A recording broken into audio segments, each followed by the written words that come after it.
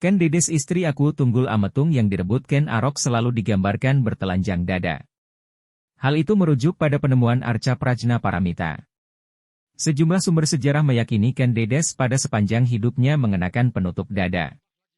Dedes tidak toples dengan memamerkan keindahan payudaranya. Pemakaian penutup dada itu berkaitan dengan status sosial Ken Dedes yang tinggi. Sebagai istri seorang aku, ia berdandan layaknya perempuan yang terhormat. Begitu juga saat menjadi istri Raja Singasari Ken Arok.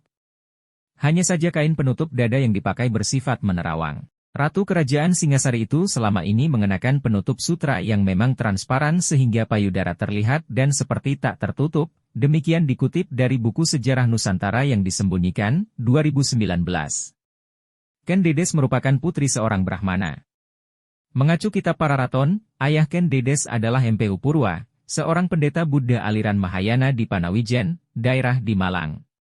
Dedes yang masih remaja membuat Tunggul Ametung sang aku Tumapel terpikat secara membabi buta. Diculiknya Ken Dedes sekaligus dinikahinya paksa.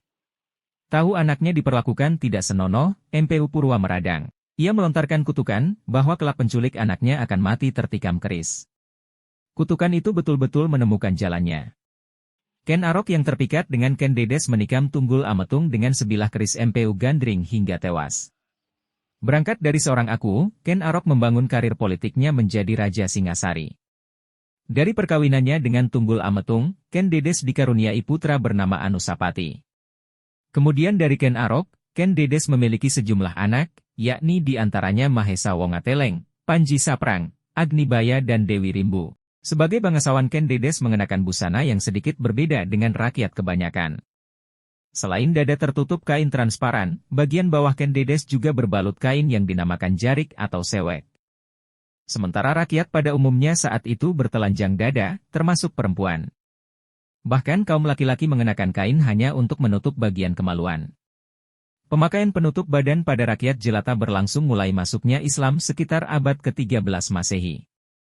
Hal itu terkait dengan aturan aurat. Gambaran itu sebagaimana memang terpahat dalam beberapa relief candi peninggalan kerajaan Hindu-Buddha. Ken Dedes diwujudkan dalam sebuah arca Prajna Paramita setinggi 1,26 meter dengan tubuh penuh perhiasan, yakni mulai gelang kaki, bagian perut, tangan, dada, leher, kuping, badan dan mahkota. Arca batu andesit itu digambarkan duduk di atas bunga teratai dengan kedua tangan bersikap Dharma Cakra Mudra atau memutar roda dunia. Dapat diartikan memegang kunci penguasaan sebab dan akibat. Pada tangan kiri melingkar tangkai teratai yang menjadi alas sebuah kitab. Kitab yang berada di tangan arca Ken Dedes itu diberi nama Prajna Paramita Sutra atau Kitab Kebijaksanaan Utama.